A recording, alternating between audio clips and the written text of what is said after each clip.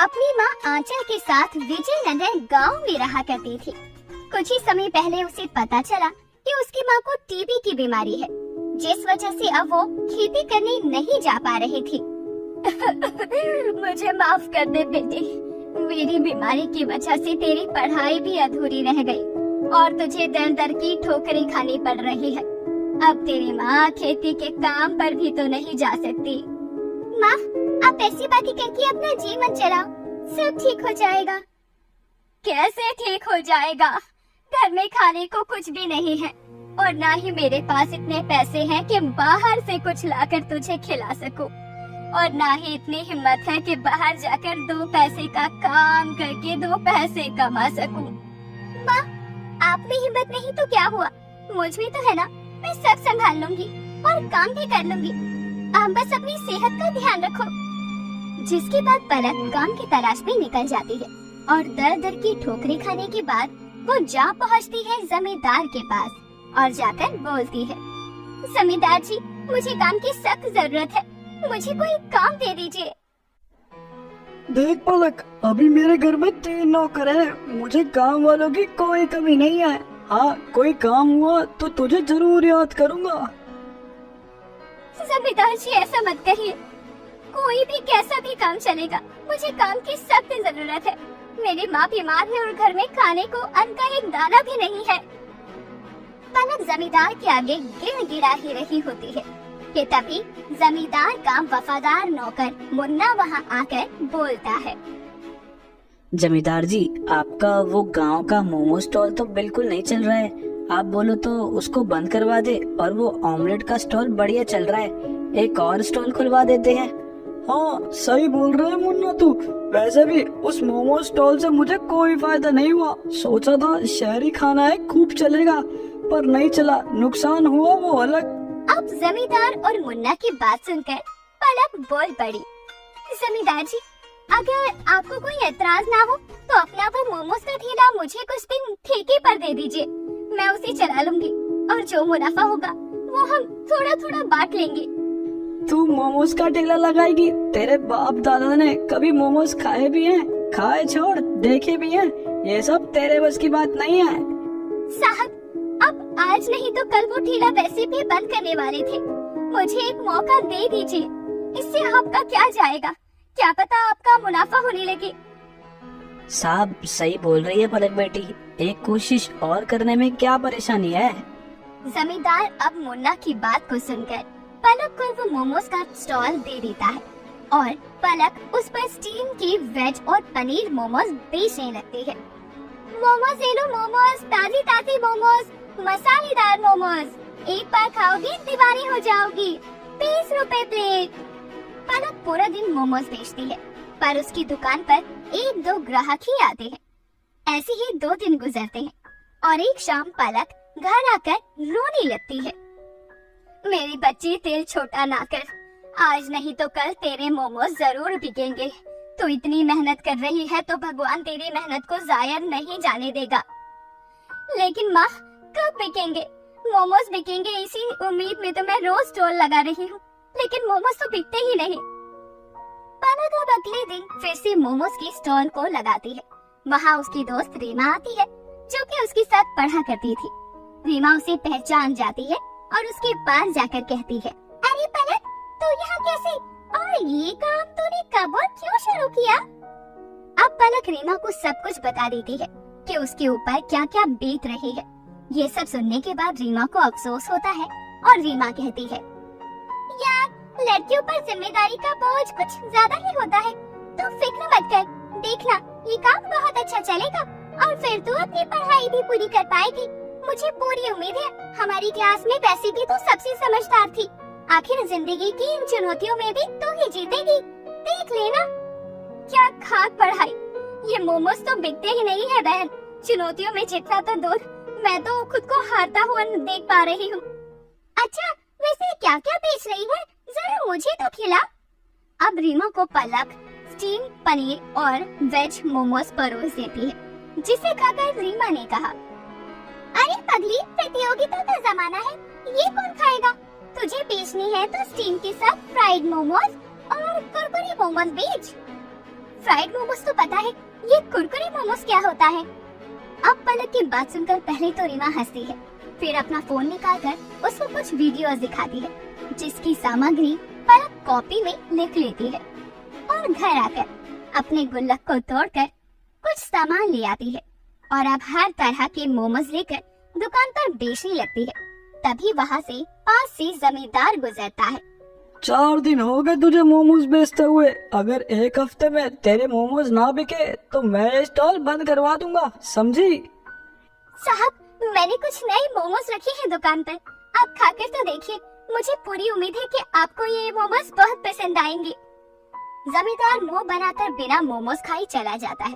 तभी उसकी दुकान पर एक बच्चा आकर कहता है, दीदी मुझे 1 प्लेट कुरकुरे मोमोज दो ना। रीमा दीदी ने बताया था कि अब से आप कुरकुरे मोमोज भी रख रही हो। हाँ बच्चे, अभी देती हूँ। पलक उस बच्चे को मोमोज दे देती है, जो कि उसे बहुत पसंद आते हैं और रीमा भी अब सब लोगों को उसके मोमोज के स्टॉल के बारे में बताती है। अब उसकी दुकान पर अच्छे ग्राहक आने लगते हैं। ए लड़की, मेरी बेटी का जन्मदिन है तो मुझे 500 के कुरकुरे मोमोज पैक कर दे। हाँ क्यों नहीं भैया, अभी रखिए, मैं आपके गर्मा गर्म कुरकुरे मोमोज पैक कर देती हूँ। अब ऐसे ही एक के बाद एक ग्राहक आते हैं और पलक की दुकान चल निकलती है। एक हफ्ता बीत गया था और पलक अपनी कमाई लेकर जमींदार के पास जाती है और उससे कहती है, साहब ये लीजिए आपके हिस्से के पैसे। जमींदार पैसे गिनकर बोला, ये क्या, ये तो बस 5000 रुपए है। साहब 10,000 की कमाई हुई, मैंने 5,000 आपको दे दिए और 5,000 की रकम मैंने खुद रख ली। ये लड़की, तुझे रोजगार मैंने दिया है तो ज्यादा पैसों का हक भी तो मेरा होगा। मुझे 3,000 और चाहिए। साहब 2,000 में मेरा घर कैसे चलेगा? माँ के इलाज के लिए खर्चा भी तो चाहिए। अब जमींदार उससे पूरी 3,000 छीनकर गुस्से से तमतमाता हुआ बोला, मैंने तेरी माँ का ठेका नहीं लिया है, वो जिए हमारे। जा, आज के बाद मेरी दुकान के आसपास भी मत दिखना। अब पलक रोती हुई घर जाती है और अपनी माँ को सब बताती है। मेरे बच्चे, वो स्टॉल चला क्योंकि तेरे हाथों में गुण था। तू अब भी वही काम कर सकती है, बस तुझे हिम्मत नहीं हारनी। मैं कुछ दिन बिना दवा के रह लूंगी। इन पैसों से तू अपना काम शुरू कर और जरूरत पड़े तो मेरा ये लॉकेट बेच दे। अब आंचल अपने गले से उसको एक काले धागे में बंधा हुआ चांदी का लॉकेट देती है, जो कि शादी के समय उसकी सास ने उसे दिया था। पलक अपनी माँ से वादा करती है, माँ मैं आपसे वादा करती हूँ, ये लॉकेट मैं जल्द से जल्द वापस आपके गले में लाकर पहनाऊंगी। आंचल नम आंखों से अपनी बेटी का माथा चूम लेती है और पलक अब स्टॉल लगाने की तैयारी कर लेती है। वही जमींदार उस मोमोज की स्टॉल को बंद नहीं करता और अपने खास आदमी मुन्ना को उसके स्टॉल पर मोमोज बेचने के लिए खड़ा कर देता है। वही पलक सामने ही एक टूटी फूटी स्टॉल पर मोमोज बेचती है, लेकिन तब भी हर कोई पलक के स्टॉल से ही मोमोज ले रहा था, क्योंकि उसके हाथों में स्वाद जो था। दीदी फिर से 1 प्लेट कुरकुरे मोमोज लगा दो ना। अभी लगाती हूँ बच्चे, आखिर तुम ही तो मेरी पहले ग्राहक थी। 1 प्लेट पैक भी कर देना, अपनी मम्मी को भी खिलाऊंगा। ऐसे ही उसकी दुकान पर खूब ग्राहक आते हैं और वो अपनी माँ का इलाज करवाती है और एक नया ठेला भी खरीद लेती है और सुनार से लॉकेट दोबारा खरीदकर अपनी माँ के गले में डलवा देती है और अपनी पढ़ाई भी दोबारा से शुरू कर लेती है। उसे लगने लगा था कि अब उसकी जिंदगी में सब कुछ सही पटरी पर चल रहा है, लेकिन अभी तो उसकी जिंदगी की परेशानियाँ शुरू हुई थी। उस लड़की की इतनी हिम्मत, मेरा ठेला बंद करवा कर अपना काम चला रही है। इसका कुछ तो करना होगा। आप बताइए साहब, क्या करना है? रात को इसके ठेले पर आग लगा दे। और क्या करना है, ठेला नहीं रहेगा तो मोमोज क्या बेचेगी है? अब जमींदार के कहे पर मुन्ना पलक के स्टॉल को रात के समय आग लगा देता है और अगले दिन जब पलक अपना स्टॉल देखती है तो बहुत रोती है। उसे समझ ही नहीं आता कि वो क्या करे और क्या ना करे, लेकिन वो हिम्मत हारे बिना फिर से एक किराए का स्टॉल लेकर मोमोज बेचने लगती है और उसके मोमोज फिर से बहुत बिकते हैं। अब जमींदार कुछ गुंडे लेकर उसके स्टॉल पर आकर तोड़ा फोड़ी करवाने वाला होता है। तभी पुलिस इंस्पेक्टर आकर उन्हें पकड़ लेता है। मुझे पहले ही पलक बेटी ने इस बारे में कंप्लेन कर दी थी, पर मैं तो इस इंतजार में था कि तुमको रंगे हाथ पकड़ूं। और अब वो काम भी हो गया। तैयार हो जाओ हवालात की हवा खाने के लिए जमींदार।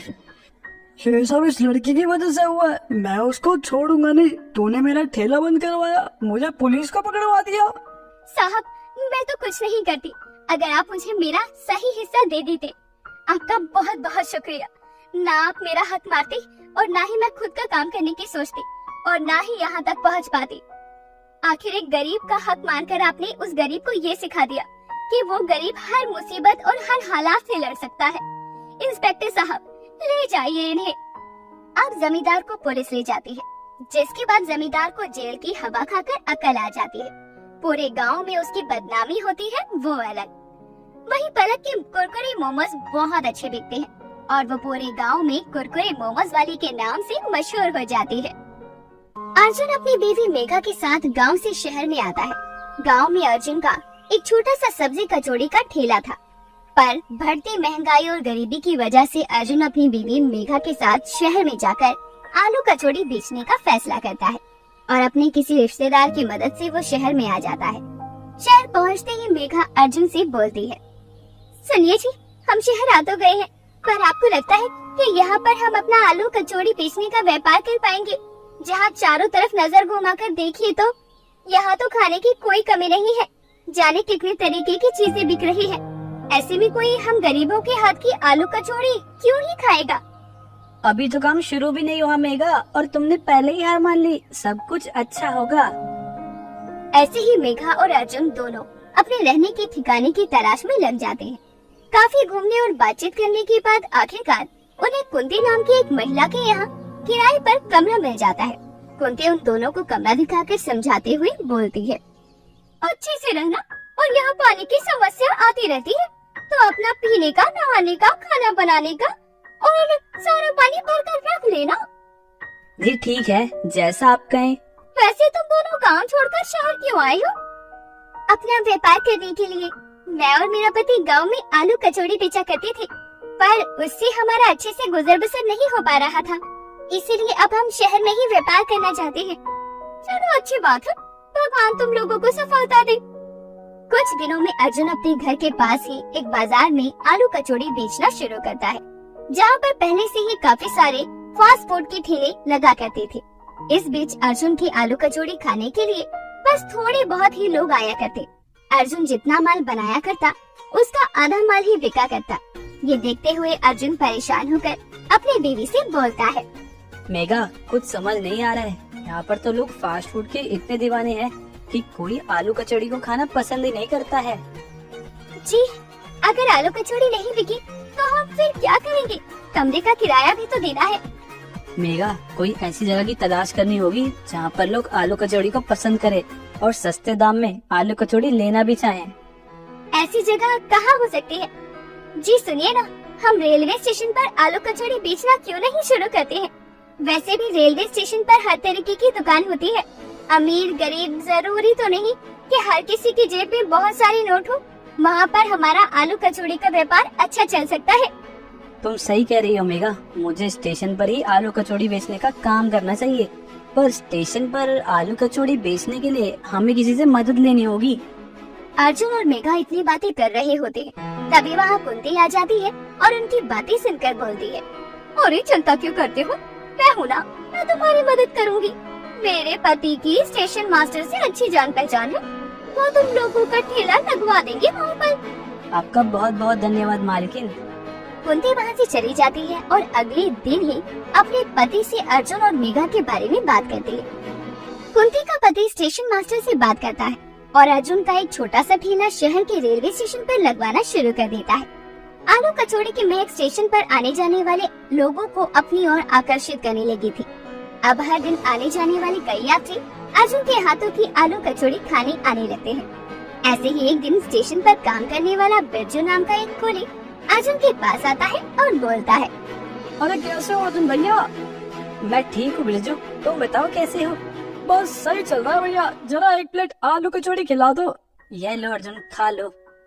सच में भैया, आपके हाथ की आलू कचौड़ी ना बहुत ही ज्यादा स्वाद होती है। सच में और इसका दाम भी बहुत कम है। वरना तो खाना खाने के लिए हमें किसी दुकान पर जाना पड़ता था और इतनी हमारी कमाई भी नहीं होती थी जितना हमारा खाने का खर्चा हो जाता था। लेकिन जब से अपने स्टेशन पर आलू कचौड़ी बेचना शुरू किया है, हमारे तो पैसों की बचत हो गई और पेट भरकर खाना भी मिलने लग गया। शुक्रिया बिरजू, बस तुम आराम से पेट भरकर खाना खाओ। ऐसे ही बिरजू अर्जुन से बातें करते करते आलू कचौड़ी खाता है और फिर अपने काम पर निकल जाता है। दिन गुजरती चली जाती है और जिन सवारी का डेली शहर से आना जाना हुआ करता, वो तो अर्जुन के आलू कचौड़ी के पक्के ग्राहक हो गए थे। और कोई दिन ऐसा नहीं जाता था जिस दिन वो अर्जुन के हाथों की बनी हुई आलू कचौड़ी ना खाए। ऐसे ही एक दिन अर्जुन आलू कचौड़ी का ठेला लगाकर सामान तैयार कर रहा होता है। तभी मोहन नाम का एक अमीर आदमी हाथों में कई सारे बैग लिए जैसे ही अर्जुन के छोटे से ठेले के पास से गुजरता है, तो उसके बैग से टक्कर लगकर मोहन का सारा सामान नीचे गिर जाता है और उसका काफी नुकसान हो जाता है। तभी मोहन बोलता है, तुम्हें खाना ही बेचना है तो कहीं और भी बेच सकते हो तुम। क्या ये बीचों बीच ये ठेला सा लगा कर बैठे हुए हो? मेरा सारा बैग और कपड़े दोनों गंदे कर दिया तुमने। साहब, आप कैसी बात कर रहे हैं? मैं तो अपनी जगह पर ही खड़ा था ना, बल्कि आपने ही मेरा नुकसान कर दिया।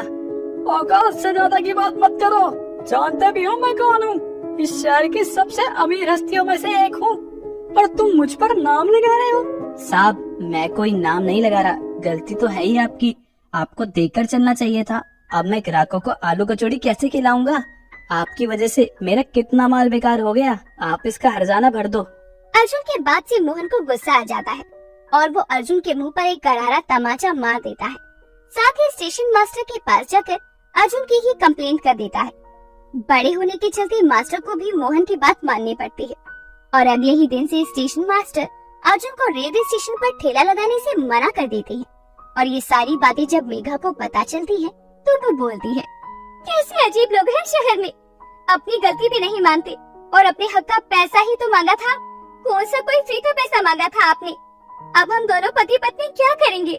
कुछ समझ में नहीं आ रहा है मेघा कि अब हम क्या करेंगे। इतनी मुश्किल से तो आलू कचौड़ी का व्यापार चलाया था, अब न जाने क्या होगा। जहाँ एक तरफ गरीब अर्जुन अपना आलू कचौड़ी का ठेला बंद होने की वजह से परेशान था, वहीं स्टेशन पर भी ग्राहक हर दिन अर्जुन के न आने की वजह से काफी ज्यादा चिंतित होने लगे थे, क्योंकि वो उसके हाथों की आलू कचौड़ी खाने की आदी जो हो चुके थे। अब इतने लोग स्टेशन पर ट्रेन के बारे में नहीं पूछ रहे थे जितने अर्जुन के बारे में पूछ रहे थे। इन सभी के बीच एक दिन बिरजू स्टेशन मास्टर के पास जाता है और बोलता है, मास्टर जी, मैं जानता हूँ कि आप जानते हैं अर्जुन की गलती नहीं थी, फिर भी आपने मोहन साहब की बात मानकर उसका ठेला बंद करवा दिया। आपको नहीं लगता कि आपने बहुत गलत किया है? किसी गरीब के हाथों से उसकी रोजी रोटी छीनकर आपने गलत किया है। मेरी माने आप अर्जुन को वापस बुला लीजिए। स्टेशन पर ग्राहक तो ऐसे भी हैं जो सफर करने के लिए नहीं बल्कि पेट भरने के लिए आया करते थे। बिरजू की बात सुनकर स्टेशन मास्टर हामी सर हिला देता है और बिरजू को अर्जुन को वापस बुलाने को कहता है। इसके बाद बिरजू अर्जुन के घर जाता है और अर्जुन को सारी बात बताता है। तभी अर्जुन उसके गले लगते हुए बोलता है, तुम्हारा बहुत बहुत धन्यवाद दोस्त, जो तुमने स्टेशन मास्टर से मेरे लिए बात की। मुझे लगा नहीं था कि स्टेशन मास्टर मुझे फिर से दोबारा आलू कचौड़ी बेचने का मौका भी देगा। कैसी बात करते हो दोस्त, एक गरीब ही दूसरे गरीब का दुख समझ सकता है।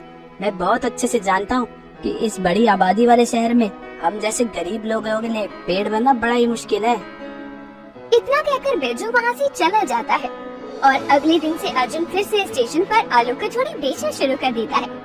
अर्जुन को वापस से स्टेशन पर आलू कचौड़ी बेचता देखकर सवारियाँ भी बहुत ज्यादा खुश हो जाती हैं। और एक दिन जब मोहन सफर से लौट रहा था तो उसका फोन गलती से ट्रेन में ही छूट जाता है और उसे जोरों की भूख लग रही थी। और वो जब अपनी पैंट की जेब में हाथ डालकर देखता है तो उसके पास केवल 20 रुपए थे और वो 20 रुपए लेकर खुद से बोलता है, अगर जल्दी से कुछ नहीं खाया तो मैं यहीं पर बेहोश हो जाऊंगा। मेरा शुगर लेवल भी काफी ज्यादा कम हो जाएगा। मुझे जल्दी से कुछ न कुछ खाना होगा, पर मैं क्या खाऊं? इतने से पैसों में आखिर मुझे क्या मिलेगा जिससे मेरे पेट में थोड़ी तसल्ली हो? तभी मोहन की नजर अर्जुन के ठेले पर जाती है। मोहन को देखकर अर्जुन पहचान जाता है। मोहन अर्जुन से एक प्लेट आलू कचौड़ी लेता है और जल्दी से खाने लगता है। इसके बाद वो बैग निकालकर अपनी शुगर की दवाई लेता है और उसे बहुत बेहतर महसूस होता है। तभी मोहन अर्जुन से बोलता है। मुझे माफ कर दो, उस दिन तुम्हारे साथ बहुत गलत व्यवहार किया, गलती मेरी थी, लेकिन मैंने फिर भी तुम्हें ही दोषी बना दिया। लेकिन आज समझ में आया कि कम पैसों में भी जब खाना मिल जाए तो वो कितना सुखमय होता है। कोई बात नहीं साहब, आपको आपकी गलती का एहसास हो गया, यही बहुत है मेरे लिए। आप आलू कचौड़ी लेना चाहोगे? और अर्जुन की बात सुनकर मोहन हाँ में सर हिलाता है और अर्जुन एक प्लेट आलू कचौड़ी और मोहन को खाने को देता है। और इस तरह गरीब अर्जुन का रेलवे स्टेशन पर आलू कचौड़ी